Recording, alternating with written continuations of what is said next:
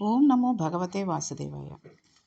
ధర్మరాజు గారు తీర్థయాత్రలు చేసినప్పుడు ఆ తీర్థయాత్రలు చేసేటటువంటి తీర్థాలకి అంత శక్తి ఎక్కడొచ్చింది, అక్కడ స్నానం చేస్తే అంత ఫలితం ఎందుకు వస్తుంది అని అడిగిన దానికి రోమస మహాముని ధర్మరాజు గారికి ధర్మ విశేషాలు చెప్పడం మొదలుపెట్టారు. అయితే ఇప్పటికీ ఐశ్వర్యం ఉన్నట్లు కనబడినా అధర్మాన్ని ఆచరించేవాడి ఐశ్వర్యం నిలబడదు కదండి. అది భయంకరంగా పతనమైపోతుంది. అక్రమంగా ఆర్జించి తీసుకువచ్చిన ధనం వెళ్ళిపోయేటప్పుడు ప్రశాంతతను ఇచ్చి వెళ్ళదు, కన్నుల నీరు కారిపోయేటట్టు చేస్తుంది. రావణాసురుడు అక్రమంగా తీసుకువచ్చి సీతమ్మ తల్లిని ఇంట్లో పెట్టినందుకు అతని కళ్ళ ముందే అతని పిల్లలు మరణించారు. తోడపుట్టిన వాళ్ళు వెళ్ళిపోయారు. తన కళ్ళ ముందర తనను నమ్ముకున్న వాళ్ళందరూ వెళ్ళిపోయారు. కళ్ళ ముందు తాను ఉన్న ఊరు కాలిపోయింది. ధర్మాన్ని నమ్ముకున్న విభీషణుడు చిరంజీవి లంకాపట్టణానికి పరిపాలకుడయ్యాడు. ఎవడు ధర్మాన్ని పట్టుకున్నాడో వాడి ఐశ్వర్యం శాశ్వతం, ఎవడు అధర్మాన్ని పట్టుకున్నాడో వాడి ఐశ్వర్యం మధ్యపతనం. అయితే ఇక్కడ ఐశ్వర్యము అంటే కేవలం డబ్బు కిందే చూడకూడదు. భార్య లేదా భర్త, పిల్లలు, ఇల్లు, ఇవన్నీ కూడా ఐశ్వర్యానికి సంబంధించినవే. బట్టలు, తిండికి కావలసిన పదార్థాలు, ఇవన్నీ కూడా. ఎందుకంటే ఎంతో డబ్బు బ్యాంకుల్లో ఉందనుకోండి, వాడికి మొత్తం ఉన్న ఇల్లు, బట్టలు, తిండి తినడానికి ఏమీ లేకుండాను దాన్ని ఏంటంటారు, ఇప్పుడు క్రెడిట్ కార్డులు, ఈ ఫోన్పేలు అవి వచ్చిన ఈ సెల్ ఫోన్లు అన్నీ కూడా కాలిపోయో లేకపోతే ఎవరో దొంగతనం చేసుకునో వెళ్ళిపోయారు. కట్టు బట్టలతోటే ఉండిపోయారు అనుకోండి. వాళ్ళకి ఎక్కడెక్కడో ఎంతెంతో ఆస్తులు, పొలాలు, స్థలాలు ఇవన్నీ ఉన్నా అప్పటికప్పుడు అతనికి తిండికి తినడానికి లేకపోతే ఒక చోట నీడగా పడి ఉండడానికి ఒక షెల్టర్ లాంటిది అది ఏం ప్రత్యేకించి ఉండదు కదండి. ఎక్కడో డబ్బు ఉందండి, 2 రోజుల తర్వాత ఇస్తాను, ఈ 2 రోజులు మీ ఇంట్లో ఉంటానంటే ఎవరు ఉంచుకుంటారు? ఉంచుకోరు. కాబట్టి ఐశ్వర్యం పోతుంది అంటే అధర్మంగా నడిచిన వాళ్ళందరి ఐశ్వర్యం పోతుంది. కాబట్టి ధర్మానికి అంత కట్టుబడిపోయి ఉండాలి. ఇప్పటికి సాధించిన వాళ్ళ గొప్పవాళ్ళ కనబడుతూనే ఉంటాడు, కానీ అది గొప్పతనం కాదు. కాబట్టి అక్రమ మార్గంలో అధర్మంతో ఉన్నవాళ్ళు స్పర్శ పవిత్రను ఇవ్వదు, సరికదా వారి ఐశ్వర్యం కూడా మధ్యపతన హేతువే అవుతుంది. కానీ ధర్మరాజా, పరమ ధార్మికులైన వారు కొంతమంది ఈ భూమి మీద ఉన్నారు. ధర్మం తప్ప వేరొకటి వాళ్ళకి అక్కర్లేదు. అటువంటి వాళ్ళు ఎక్కడికి వెళ్ళి నిలబడ్డారో, ఎక్కడున్నారో, ఎక్కడ తిన్నారో, ఎక్కడ తాగారో, ఎక్కడ పడుకున్నారో ఆ ప్రాంతాలు పునీతములయ్యాయి. అందుకని ఆ ప్రదేశాలకు ఆ శక్తి వచ్చింది. అందుకని అవి పుణ్యాన్ని ఇవ్వగలవు. ఒక మహాత్ముని తపశ్శక్తికి సంబంధించిన తరంగాలు, యుగాలు దాటిపోయినా అవి ఉండిపోతూనే ఉంటాయి. అంతే తప్పితే పర్వతం పర్వతంగా, నది నదిగా ఇచ్చే శక్తి కాదది. మహాత్ముల స్పర్శ వలన అంత శక్తిని పొందింది. అందుకనే చూడండి, కొన్ని కొన్ని తీర్థయాత్రలకి వెళ్ళినప్పుడు, కొన్ని చోట్లకి ఆశ్రమాలకి వాటికి వెళ్ళినప్పుడు ఎప్పుడూ కూడా మనం ఒకవేళ మామూలుగా నడిచి పెడుతుంటే అది వేరే సంగతి. ఏ ఆటోలోంచో కారులోంచో దిగుతున్నాం అనుకోండి, అక్కడ ముందుగా కుడి పాదాన్ని కిందకి పెట్టి, ఒకవేళ దిగడానికి వీలుగా లేదు ఎడంకాలతోటే ముందు పెట్టి దిగేటటువంటి వెంపు కూర్చున్నాం అనుకోండి, ఆ డోర్ తీయగానే అలా దిగాలని ఉందనుకోండి, అయినప్పటికీ కాస్త ప్రయత్నం చేసి కుడికాల్ని ముందు ఆనించి మళ్ళీ లోపల పెట్టుకుని అప్పుడు ఎడంకాలతో దిగచ్చు. కానీ ముందు ఎడంకాలు పెట్టి దిగకూడదు. ఎందుకంటే మహాత్ములైన వాళ్ళు అక్కడ తిరిగిన ప్రదేశం అది. అటువంటి వాళ్ళు తిరిగిన ప్రదేశాన్ని మనం ఎడంకాలితో తొక్కి అవమానపరచకూడదు.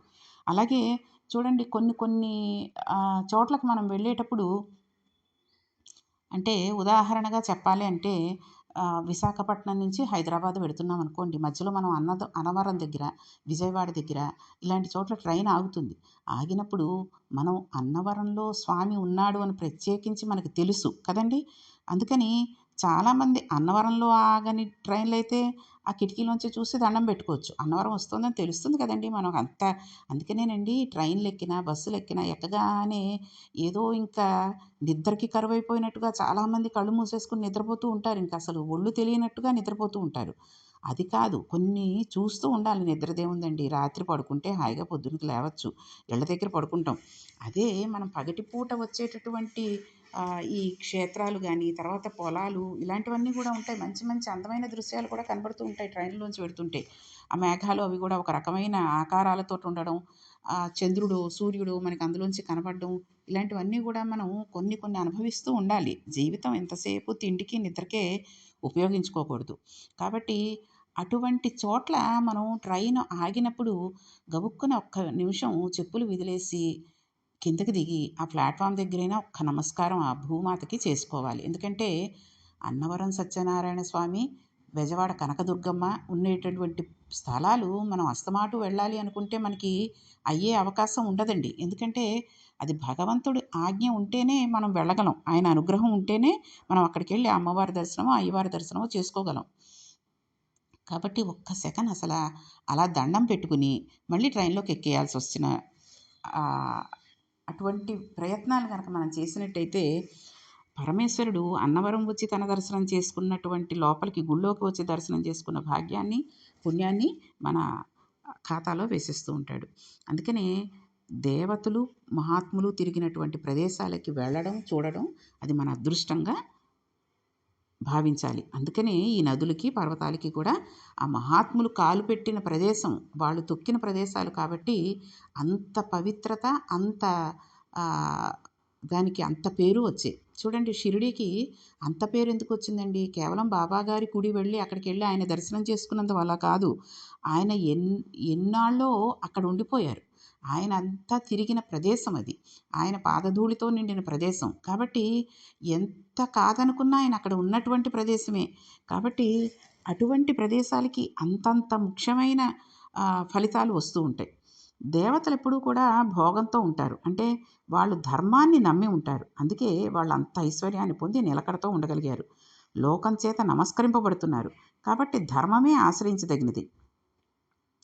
అందుకనే దేవతలు, ఋషులు ఆశ్రయించిన ప్రాంతాలు కనుక అవి అంత గొప్పగా మనకు అనుగ్రహాన్ని ఇవ్వగలుగుతున్నాయి. ఒక మనిషి అభివృద్ధిలోకి రావాలి అంటే ఆ అభివృద్ధికి కారకమైనవి ఈ భూమండలంలో 3 మాత్రమే ఉన్నాయని ధర్మరాజా నీవు గుర్తుపెట్టుకోవాలి అని చెప్తున్నాడాయన. ఈ 3 ఏ వ్యక్తినైనా వృద్ధిలోకి తీసుకొస్తాయి. అందులో మొట్టమొదటిది తీర్థయాత్ర. తీర్థయాత్ర మనిషి అభ్యున్నతికి కారణం. రెండవది యజ్ఞం. మూడవది విప్రుల ఆశీస్సు అంటే బ్రాహ్మణుల ఆశీస్సు. ఈ 3 కూడా ఒక మనిషి అభ్యున్నతిలోకి రావడానికి హేతువులై ఉంటాయి. చాలామంది ఈ బ్రాహ్మణులకి నమస్కారం పెట్టడానికి చాలా రకాలుగా వంకర్లు పోతూ ఉంటారు. చక్కగా బ్రాహ్మణుడికి ఇచ్చినది ఆయన ఎటువంటి వాడు అన్నది పక్కన పెట్టేయండి. అతను బ్రాహ్మణుడు. భక్తితో దేవాలయంలో పూజలు చేయిస్తూ ఉంటాడు. మనకు ఆశీర్వచనాలు ఇస్తూ ఉంటాడు. మన గోత్రనామాలు చదువుతూ ఉంటాడు. అటువంటప్పుడు అంతవరకే మనం అతనిలోని మంచినే తీసుకోవాలి తప్పితే అతను ఎక్కువ మాట్లాడుతూ ఉంటాడనో, లేకపోతే ఏదో దురలవాటు ఉందనో, లేకపోతే డబ్బులు ఎంతిస్తే చాలామంది అంటూ ఉంటారు. ఇచ్చే డబ్బుల్ని బట్టి అవతలవాడు భక్తుడు ఎంత డబ్బులు ఇస్తున్నాడో, పళ్ళెంలో ఎంత వేస్తున్నాడో చూసి వాళ్ళకి ఆశీర్వచనం చేస్తూ ఉంటారండి ఈ పూజారులు. అలాంటప్పుడు మేము ఎలాగ వెళ్ళగలం అక్కడికి అంటుంటారు. అది కూడా నిజమే. ఎందుకంటే వాళ్ళు ఇచ్చేది భక్తితో తీసుకుంటే పరమేశ్వరుడు ఎవరో ఒక కోటీశ్వరుడు వచ్చి నీకు 1000 రూపాయలు పళ్ళెంలో వేసేటట్టుగా ఆశీర్వదించగలడు. కాబట్టి పూజారులకి, బ్రాహ్మణులకి దండం పెట్టడానికి చాలామంది ఈ రోజుల్లో ఈ యువత చాలా ఇబ్బంది పడుతూ ఉంటారు. సగమే వంగి వాళ్ళ మోకాళ్ళ వరకే వీళ్ళ తల వచ్చేటట్టుగా చూసుకుని, చేతులు వచ్చేటట్టుగా చూసుకుని ఇలా గాలిలోనే దండం పెట్టేస్తూ ఉంటారు. అది తప్పు. దండం పెట్టగలిగితే పూర్తిగా వంగుని వాళ్ళ పాదాలు మగవాళ్ళైతే ఇంకా అంటుకున్నా పర్వాలేదు కానీ ఆడవాళ్ళు మాత్రం వాళ్ళ పాదాలు ముట్టుకోకూడదు. అక్కడ కొంచెం దూరంగా ఉండేటటువంటి నేలకి ఎడం చేయి మీద కుడి చేయి వేసి దండం పెట్టుకోవాలి. ఇది మాకు ఆనవాయితీ లేదండి అంటూ ఉంటారు చాలామంది. ఆనవాయితీతో సంబంధం కాదది. ఎడం చేయి మీద కుడి చేయి ఎందుకు దండం పెడతామండి? ఎందుకంటే పూజారి గారు ఉన్నప్పుడు ఆయనకి ఎదురుగుండా ఉంటే ఆయన కుడి మన ఎడమ, ఆయన ఎడమ మన కుడి అవుతుంది కదండీ! అప్పుడు మనం ఏ కా చెయ్యి మీద చెయ్యి వేసి దండం పెట్టకపోతే ఆయన కుడికాలిని మన ఎడం చేత్తో ముట్టుకున్నట్టు అవుతుంది. అది దోషం. కుడికాలిని ఎప్పుడూ ఎడం చేత్తో దండం పెట్టుకోకూడదు. అందుకనే ఎడం చెయ్యి మీద కుడి చెయ్యి వేసి దండం పెట్టుకుంటే కుడికాలిని కుడి చేత్తో, ఎడం చెయ్యిని ఎడం చేత్తో దండం పెట్టుకున్న ఆ ఫలితం వస్తుంది కాబట్టి మనకి తప్పు ఉండదు. కాబట్టి అటువంటి నమస్కారాలు చేసేటప్పుడు ఎప్పుడూ కూడా మీరు వెనకంజ వేయకండి. విప్రుల ఆశీర్వచనం అనేది మనకి చాలా కావాల్సినది. భగవంతుడి ఆశీర్వచనంతో సమానం ఒక బ్రాహ్మణుడి ఆశీర్వచనం. కాబట్టి ఈ 3 కూడా ఒక మనిషి అభ్యున్నతిలోకి రావడానికి హేతువులై ఉంటాయి. కాబట్టి ధర్మరాజా నీవు తప్పకుండా తీర్థయాత్రలకు వెళ్ళు. గయాక్షేత్రాన్ని మాత్రం మర్చిపోకు సుమా అని చెప్పాడు. మిగిలిన క్షేత్రాలను మన కోసం దర్శనం చేసుకుంటాం. మన కోసం పితృదేవల కోసం గయాక్షేత్ర దర్శనం చేసుకుంటాం. కాబట్టి అసలు గయుడికి గయాక్షేత్రానికి ఎందుకు వెళ్ళాలి అంటేనండి, గయుడు అనే రాజు అక్కడ యజ్ఞం చేసి ఆ యజ్ఞాన్ని చూడడానికి వచ్చిన ప్రజలందరికీ కూడా అన్నం పెట్టాడు. అక్కడ కొన్ని లక్షల మంది అన్నం తిన్నారు. అంతమంది అన్నం తింటే వాళ్ళు అన్నం తింటున్నప్పుడు వాడి కంచాల కింద పాత్రల పక్కన కొంత అన్నం పడింది. అలా కింద పడిపోయిన అన్నాన్ని తీసేసి పక్కన పోసేశారు. అలా పక్కకు తీసిన అన్నాన్ని పోస్తే అలా పోసిన అన్నం 25 కొండలయిందిట. అంటే ఎంతమంది తిన్నారో చూడండి.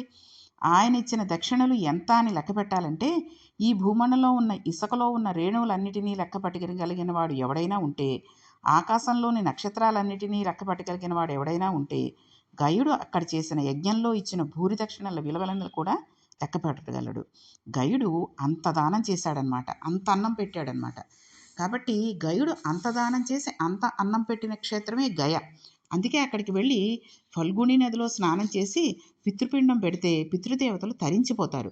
ఒక భక్తుడు వెళ్ళి ఉన్నందుకు, యజ్ఞం చేసినందుకు, అన్నం పెట్టినందుకు గయకి అంత ఫలితం వచ్చింది. మనం కాదు, పితృదేవతలు తరిస్తారు. ఒకవేళ పెద్దవాళ్ళు పేర్లు తెలియకపోయినా యజ్ఞయ్య, యజ్ఞమ్మ అని పేర్లు పెట్టి కర్మ చేయించేస్తారు. గయలో ఒక రావి చెట్టు ఉంటుందండి. పితృకర్మ చేయించి అక్కడి రావి చెట్టు కిందకి తీసుకువెళ్ళి మా వాళ్ళు తరించారా అని అడిగి బ్రాహ్మణ వాక్కుగా వాళ్ళు తరించారు అని చెప్పిస్తారు. గయాక్షేత్రం అంత గొప్పది. గయకు అంత గొప్పదనం రావడానికి అదే కారణం. నిజానికి గయ వెళ్ళడం గొప్ప కాదు, గయ గొప్పతనాన్ని తెలుసుకుని వెళ్ళడం గొప్ప. దీనికి భారతం కారణమవుతుంది కదండి. ఇప్పటివరకు వెళ్ళిన వాళ్ళకి తెలిసే ఉంటుంది. ఇక ముందు ఎప్పుడైనా గయకు వెళ్ళాలని ఎవరైనా అనుకున్న వాళ్ళు ఈ విషయాన్ని విన్నారు కాబట్టి మనసులో మననం చేసుకుని, ఓహో గయకి ఇంత గొప్పతనం ఎందుకని వచ్చింది అని తెలుసుకుని పెడితే అది ఇంకా పుణ్యం, అది చాలా గొప్ప. కాబట్టి భారతంలోనే ఈ విషయం తెలుసుకోవడానికి కారణమైంది. అందుకనే భారతాన్ని చదవండి అనడానికి, దేవాలయ ప్రాంగణంలో భారతం చెప్పండి అనడానికి కారణం అదే. ఇన్ని క్షేత్రాల పేర్లు, ఇన్ని తీర్థాల పేర్లు, ఇంతమంది సార్వభౌముల పేర్లు అన్నీ ఎక్కడ పలకబడుతున్నాయో ఆ ప్రాంగణం పునీతమైపోతుంది. చదివిన వాళ్ళు, విన్నవాళ్ళు అంత శక్తిని పొందుతారు. కాబట్టి ధర్మరాజా, నీకు ఈ సందర్భంలోనే ఒక మాట చెప్తున్నాను. ఇప్పుడు నేను చెప్పిన క్షేత్రాల పేర్లు, తీర్థాల పేర్లు మహాభారత ప్రవచనం జరుగుతుండగా విన్నవాళ్ళు ఎవరు ఉన్నారో వాళ్ళందరికీ ఆ తీర్థాలలో స్నానం చేసిన ఫలితాన్ని వేసేస్తారు. అందుకని నేను ఇన్ని తీర్థాలు, ఇన్ని క్షేత్రాల వైభవాన్ని పూసగుచ్చినట్టు నీకు చెప్పాను. అందుకే మహాభారతాన్ని చదువుకోండి, మహాభారతాన్ని వినండి అని పెద్దలు చెబుతూ ఉంటారండి. అందున ప్రత్యేకించి తల్లిదండ్రులు శరీరాన్ని విడిచిపెట్టిన సంవత్సరంలో భారతాన్ని వినండి అని చెబుతూ ఉంటారు. అందువల్ల నా పితృదేవతలు సంతోషిస్తారు. కారణం ఏమిటి అంటే భారతాన్ని వినడం వలన పితృదేవతలు తరిస్తారు. తల్లిదండ్రుల శరీరం విడిచిపెట్టిన సంవత్సరంలో భారతం వినకపోవడం అనేది పితృదేవతల పట్ల ద్రోహం కూడా అవుతుంది. కాబట్టి తీర్థయాత్ర అంత గొప్పదయ్యా అని చెప్పి అగస్త్య మహర్షి చరిత్ర చెప్పడం మొదలుపెట్టాడు ఆయన. ఎందుకు అగస్త్యుడు అంత గొప్పవాడయ్యాడో ఇంకా వివరంగా చెప్పడం కూడా మొదలుపెట్టాడు. మీకు ఉదాహరణగా మీకు రామాయణంలోనే చెప్పుంటాను ఒక విషయం. త్యాగరాజుల వారు ఒక రాజు వద్దకి, ఒక ధనికుడి వద్దకు వెళ్ళి, జమీందారు ఆయన, అక్కడికి వెళ్ళి బాబు భారతం చెబుతాను వింటావా అని అడిగేట.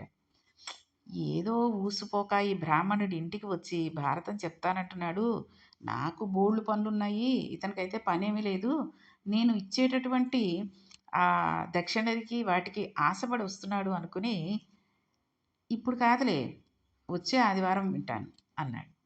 అంటే మళ్ళీ పనిగట్టుకుని ఈయన వచ్చే ఆదివారం మళ్ళీ వెళ్ళాడు. ఆయన మళ్ళీ రావడం చూసి అబ్బా మళ్ళీ వస్తున్నాడు అనుకుని ఇప్పుడు కాదు ఆ పై వారం, ఇప్పుడు కాదు వచ్చే నెల, అప్పుడు కాదు నేను పుష్యమాసంలో వింటాను, లేదా నేను కార్తీక మాసంలో వింటాను అని అలా అలా అలా తిప్పి నేను వచ్చే సంవత్సరం నా పుట్టినరోజు వస్తుంది అప్పుడు వింటాను, అప్పుడు చెబుదు కానీ అని చెప్పాడు. అయినా సరే మళ్ళీ పుట్టినరోజు వచ్చినప్పుడు ఆ రోజు ఫలానా రోజుని జ్ఞాపకం పెట్టుకుని ఈయన వెళ్ళాడు. భాగవతం చెప్పి అతను ఉత్తరింపబడేటట్టు చేద్దామని ఈయన ఆశ. అతను ఏదో పని లేక నేను ఇచ్చే దక్షిణ తాంబూలాలకి ఆశపడి వస్తున్నాడనుకుని ఇతను అనుకున్నాడు. అతను వెళ్ళేసరికి అక్కడ లేరండి, జమీందార్ గారు కాలం చేసేశారు అని చెప్పారు అక్కడ ఉన్నవాళ్ళు. అయ్యో భారతం చెప్దాం అనుకున్నానే, చెప్పలేకపోయానే అని అతను తిరిగి వస్తూ ఉంటే అక్కడ ఆ జమీందారు యొక్క పశువుల పాకలో అతను ఒక గేదెలాగా ఉండి కళ్ళనీళ్లు కారుస్తూ ఆయనను చూసి అరవడం మొదలుపెట్టాడు. ఏంటి ఈ గేదె ఇంతలా అరుస్తోంది అని ఆయన చూసేసరికి ఆ జమీందారే మళ్ళీ జన్మ ఎత్తి తన పశువుల శాలలోనే ఒక పశువుగా ఉండిపోయాడు అని ఈయన గ్రహించి, అయ్యో! ఇంతలా అయిపోయాడే ఈయన, అంత జమీందారీతనంతో బతికిన ఆయన అని ఈయన అనుకున్నాడు. అక్కడ ఆ గేదె రూపంలో ఉన్నతను ఏమనుకున్నాడో తెలుసా అండి? రోజూ వచ్చి భారతం చెబుతానయ్యా, చెబుతాను అంటే మూర్ఖుడిలాగా వినకుండా, ఈ జన్మలో ఈ పశువులాగా పుట్టి ఏదో జన్మ ఎత్తాను కానీ అసలు సుఖమైన జన్మనెత్తకుండా ఇంత పాపం చేసుకున్న వాడినయిపోయాను. కాబట్టి ఎవరైనా సరే భారతం చెబుతాను వినండి అన్నప్పుడు తప్పకుండా వినండి. కొంతలో కొంత విన్నందువల్లైనా మనకు పుణ్యాన్ని సంపాదించుకున్న వాళ్ళం అవుతాము అని చెప్పి అతను బాధపడ్డట.